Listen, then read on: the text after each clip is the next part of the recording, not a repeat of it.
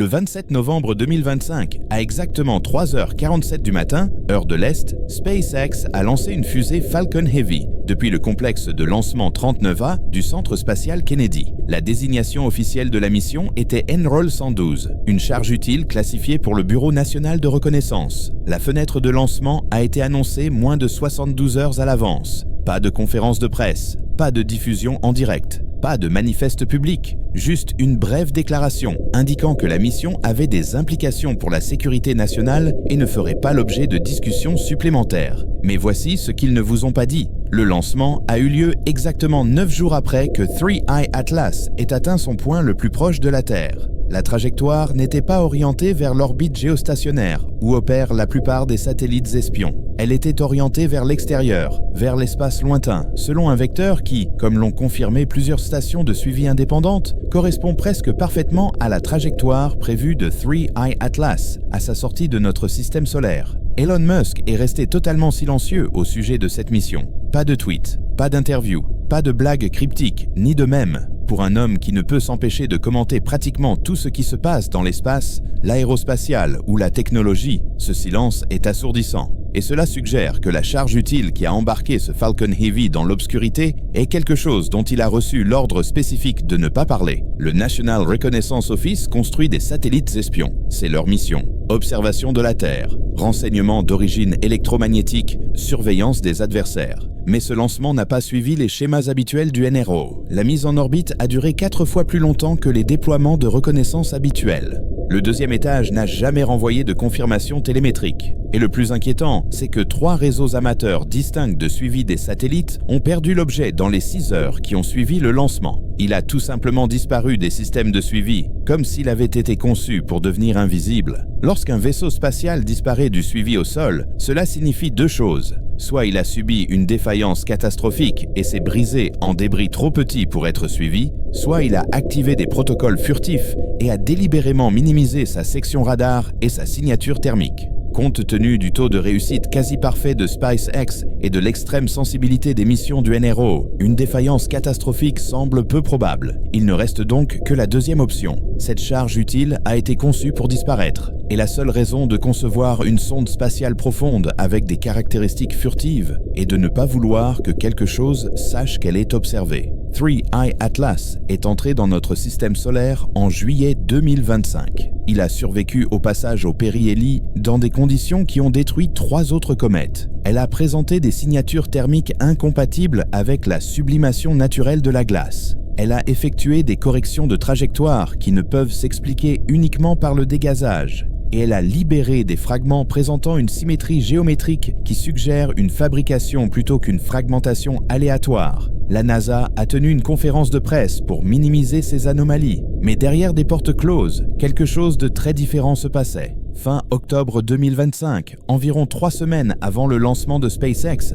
Elon Musk a assisté à une réunion classifiée au Pentagone. Cette réunion ne figurait pas dans son agenda public. Elle n'a été révélée que grâce à une demande déposée en vertu de la loi sur la liberté d'information par des journalistes d'investigation qui suivaient les mouvements des entrepreneurs de la défense. Parmi les participants figuraient le directeur du renseignement national, l'administrateur de la NASA, le chef de la Space Force et des hauts responsables de l'Agence pour les projets de recherche avancés du ministère de la Défense. Le sujet de la réunion reste confidentiel, mais le moment choisi est impossible à ignorer. À l'issue de cette réunion, Musk a immédiatement ordonné aux ingénieurs de SpaceX de préparer un Falcon Heavy pour un déploiement rapide. Des sources internes à SpaceX, s'exprimant sous couvert d'anonymat, ont rapporté que la mission avait été désignée comme priorité absolue et que tous les autres lancements prévus avaient été reportés pour lui permettre de se dérouler. Les ingénieurs ont travaillé sans relâche. L'intégration de la charge utile s'est déroulée dans une installation sécurisée, avec des contrôles d'accès biométriques, et le manifeste de lancement, normalement déposé plusieurs semaines à l'avance, a été soumis à l'administration fédérale de l'aviation au dernier moment. Qu'est-ce qui pouvait justifier un tel niveau d'urgence et de secret ? L'explication officielle est la sécurité nationale. Mais la sécurité nationale couvre un large éventail de scénarios. des satellites espions sont lancés régulièrement sans grande agitation.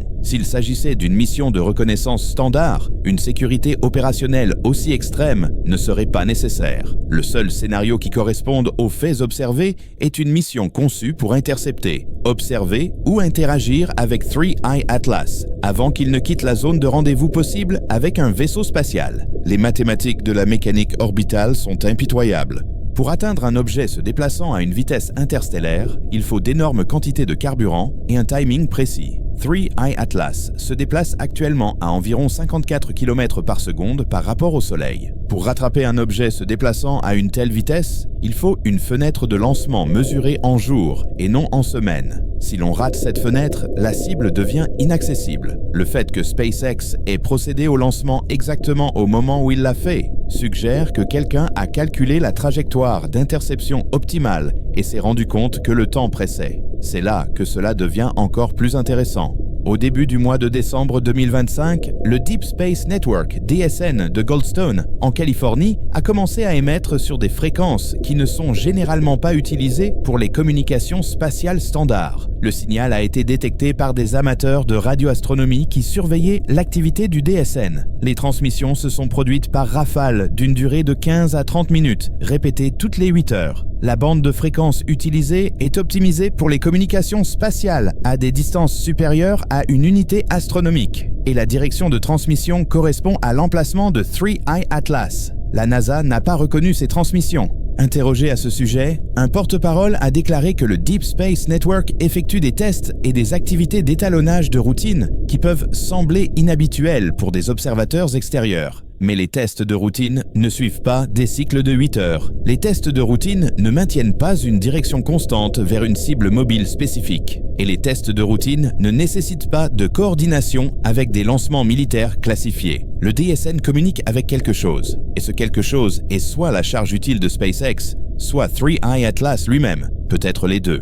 Une analyse indépendante de la trajectoire de lancement suggère que si la charge utile de SpaceX maintient sa vitesse et sa trajectoire actuelle, elle pourrait rejoindre 3i Atlas entre la mi-janvier et la fin janvier 2026. À ce moment-là, le visiteur interstellaire se trouvera à environ 500 millions de kilomètres de la Terre, bien au-delà de l'orbite de Mars, entrant dans les confins de la ceinture d'astéroïdes. C'est le dernier moment possible pour une observation directe avant que 3i Atlas ne devienne trop éloigné pour une étude pratique. Que pourrait accomplir une sonde spatiale secrète lors d'un tel rendez-vous? Les possibilités sont à la fois fascinantes et inquiétantes. L'imagerie haute résolution pourrait révéler des détails de surface que les télescopes terrestres ne peuvent pas résoudre. L'analyse spectroscopique pourrait déterminer la composition avec une précision bien supérieure à celle permise par l'observation à distance. La cartographie radar pourrait pénétrer toutes les couches superficielles et révéler la structure interne. Et si la charge utile comprend un équipement d'échantillonnage, elle pourrait potentiellement collecter des matériaux directement à partir de l'objet. Mais il existe une possibilité plus sombre. Et si la mission n'était pas purement observationnelle? Et si la charge utile transportait des systèmes actifs conçus pour tester les réactions de 3i Atlas?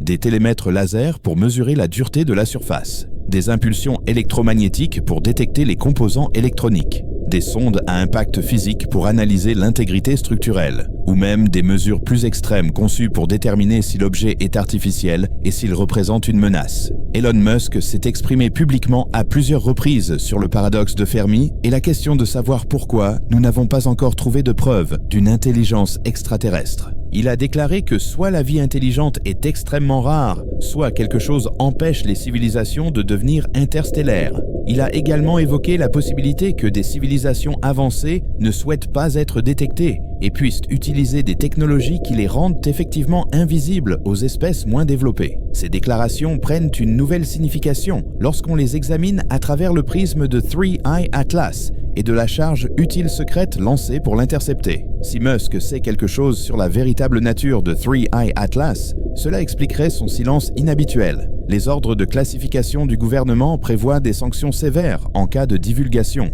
Révéler des informations sur un artefact extraterrestre confirmé constituerait l'une des violations de sécurité les plus importantes de l'histoire. Mais le silence sert également un autre objectif. il empêche la panique. Si l'objet est confirmé comme étant artificiel, s'il démontre une technologie dépassant les capacités humaines, s'il montre des signes d'intention hostile, sa divulgation publique pourrait déclencher des troubles sociaux à l'échelle mondiale. La séquence des événements forme un schéma clair. 3I Atlas présente des anomalies. La NASA les minimise publiquement tout en intensifiant ses inquiétudes en interne. Le Pentagone convoque une réunion d'urgence avec les principaux décideurs. SpaceX reçoit l'ordre de préparer immédiatement une mission d'interception dans l'espace lointain. Le lancement a lieu dans le plus grand secret. Le Deep Space Network établit des protocoles de communication.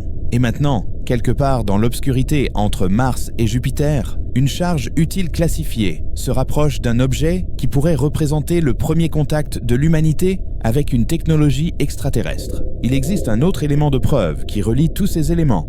Le 1er décembre 2025, SpaceX a déposé une demande auprès de la Commission fédérale des communications pour l'attribution d'urgence d'une bande passante supplémentaire pour les communications dans l'espace lointain. La demande invoquait des exigences opérationnelles pour une mission de sécurité nationale non spécifiée et demandait un accès prioritaire à des fréquences normalement réservées aux vaisseaux spatiaux interplanétaires. La FCC a approuvé la demande en moins de 24 heures, un délai extrêmement rapide pour un processus réglementaire qui prend généralement plusieurs semaines. Pourquoi un satellite de reconnaissance aurait-il besoin d'une bande passante de communication d'urgence ? Les satellites espions standards transmettent des quantités relativement faibles de données cryptées selon des calendriers prédéterminés. Ils ne nécessitent pas d'allocation massive de bandes passantes, mais une sonde menant une enquête scientifique active sur un objet inconnu générerait d'énormes volumes de données, des images haute résolution, des lectures spectroscopiques, des écho-radars, peut-être même des vidéos en temps réel si une approche rapprochée est réalisée. Toutes ces informations devraient être retransmises vers la Terre sur des centaines de millions de kilomètres, ce qui nécessiterait une infrastructure de communication importante. Les implications sont stupéfiantes.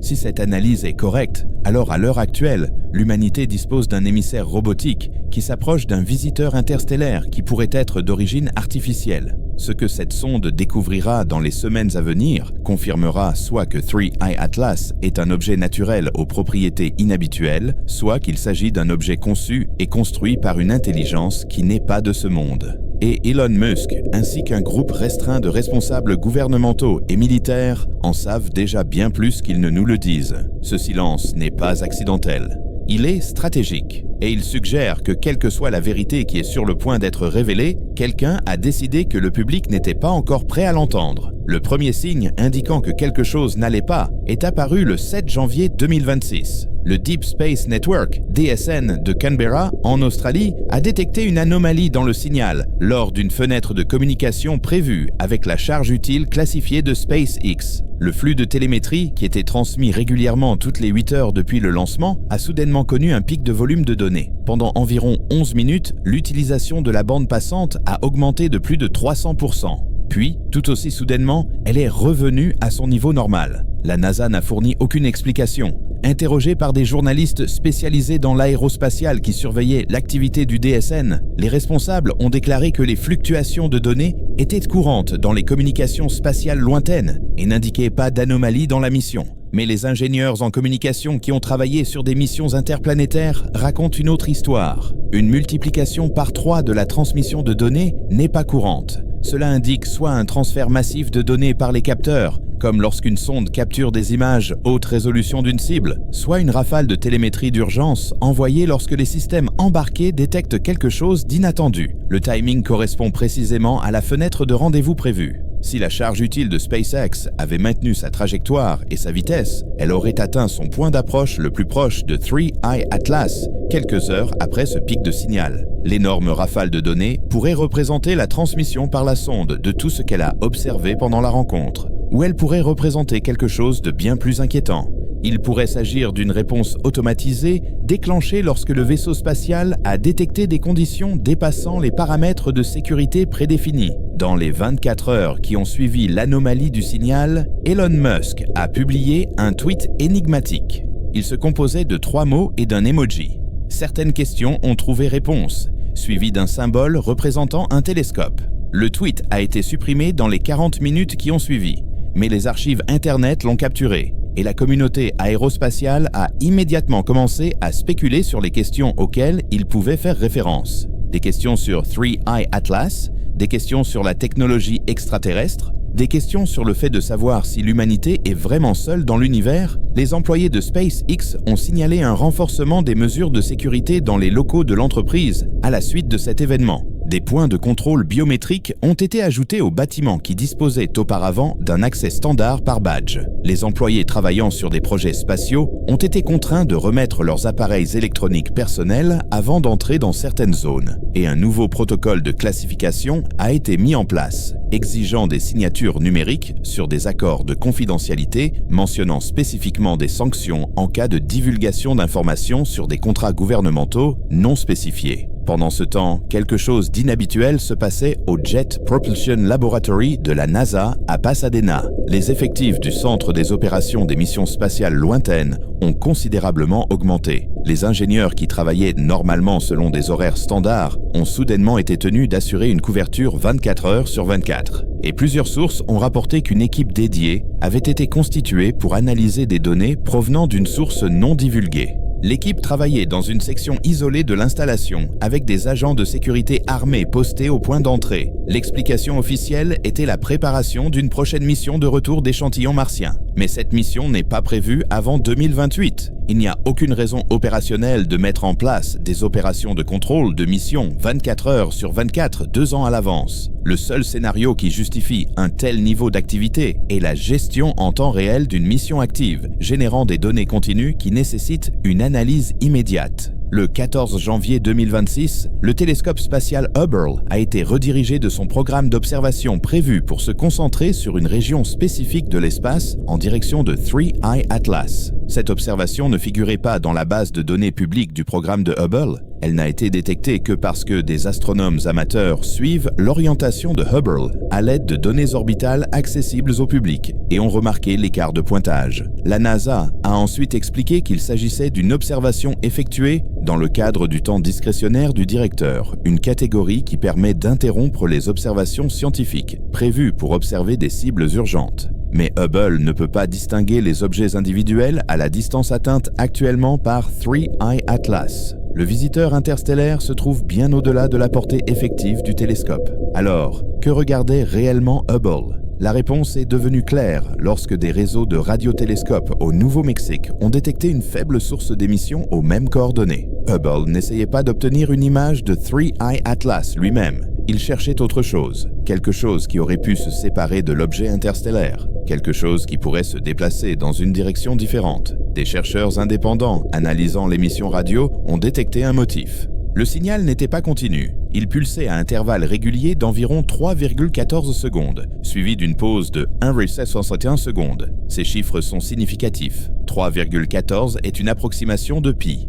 1,61 est une approximation du nombre d'or. Tous deux sont des constantes mathématiques fondamentales que toute civilisation technologique reconnaîtrait. Il ne s'agissait pas d'un bruit aléatoire. Il s'agissait d'une transmission délibérée utilisant un langage mathématique universel. Le signal a persisté pendant 18 heures, puis il s'est arrêté. Il n'a pas repris depuis. L'analyse de la fréquence et de la modulation suggère que la source se déplaçait à grande vitesse par rapport à la Terre, ce qui correspond à un objet suivant une trajectoire d'échappement hors du système solaire. Mais la vitesse n'était pas compatible avec 3I Atlas. L'effet Doppler indiquait quelque chose se déplaçant beaucoup plus lentement, comme s'il s'était séparé du corps principal et suivait une trajectoire différente. Cette découverte soulève des possibilités terrifiantes. Si 3I Atlas a déployé quelque chose, s'il a libéré un objet secondaire après le rendez-vous de la sonde SpaceX, alors la mission a peut-être déclenché une réponse. Le visiteur interstellaire n'est peut-être pas passif.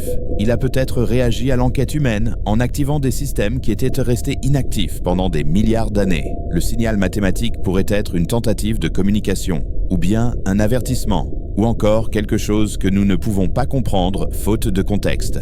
Elon Musk a participé à une conférence sur la technologie à Austin le 20 janvier. Lors d'une table ronde sur l'avenir de l'exploration spatiale, un journaliste lui a demandé directement si SpaceX avait lancé des missions classifiées au cours des derniers mois. Musk a hésité. Pour quelqu'un connu pour ses réponses rapides et assurées, cette pause était notable. Il a souri. « a plaisanté en disant qu'il n'était pas autorisé à discuter de choses qui n'existent pas officiellement et a détourné la conversation vers le développement du vaisseau spatial Starship. Mais son langage corporel en disait long. Il évitait le contact visuel, ses mains bougeaient nerveusement, et il a changé de sujet aussi vite que possible. Plus tard dans la journée, Musk a rencontré en privé l'administrateur de la NASA, le directeur du Conseil national de l'espace et le secrétaire à la défense. Cette réunion ne figurait sur aucun agenda public. Elle n'a été révélée que lorsqu'un photographe a pris en photo le groupe entrant dans une installation sécurisée de la base militaire d'Andrews. Le porte-parole de la Maison-Blanche a déclaré que la réunion portait sur la coordination habituelle des lancements spatiaux liés à la sécurité nationale. Mais la coordination habituelle ne nécessite pas la présence du secrétaire à la défense. La coordination habituelle ne se fait pas dans des installations militaires, soumises à des protocoles de sécurité opérationnels. Quelque chose a changé. Le niveau d'attention du gouvernement sur 3I Atlas est passé de la curiosité scientifique à la gestion de crise. Et le silence des agences spatiales, habituellement très vocal, suggère que, quelle que soit l'information dont elles disposent, la décision a été prise de contrôler le flux d'informations plutôt que d'encourager le débat public. Des astronomes amateurs ont signalé une activité inhabituelle de la part de plusieurs satellites de défense. Des engins spatiaux normalement dédiés à la surveillance de la Terre ont été réorientés vers l'espace lointain. Des satellites de surveillance infrarouge conçus pour détecter les lancements de missiles suivent désormais des objets dans le système solaire externe. Et la force spatiale a augmenté le rythme opérationnel de ces systèmes de suivi par satellite au-delà de tout ce qui a été observé lors d'opérations de routine en temps de paix. Les preuves les plus inquiétantes proviennent de témoignages de lanceurs d'alerte.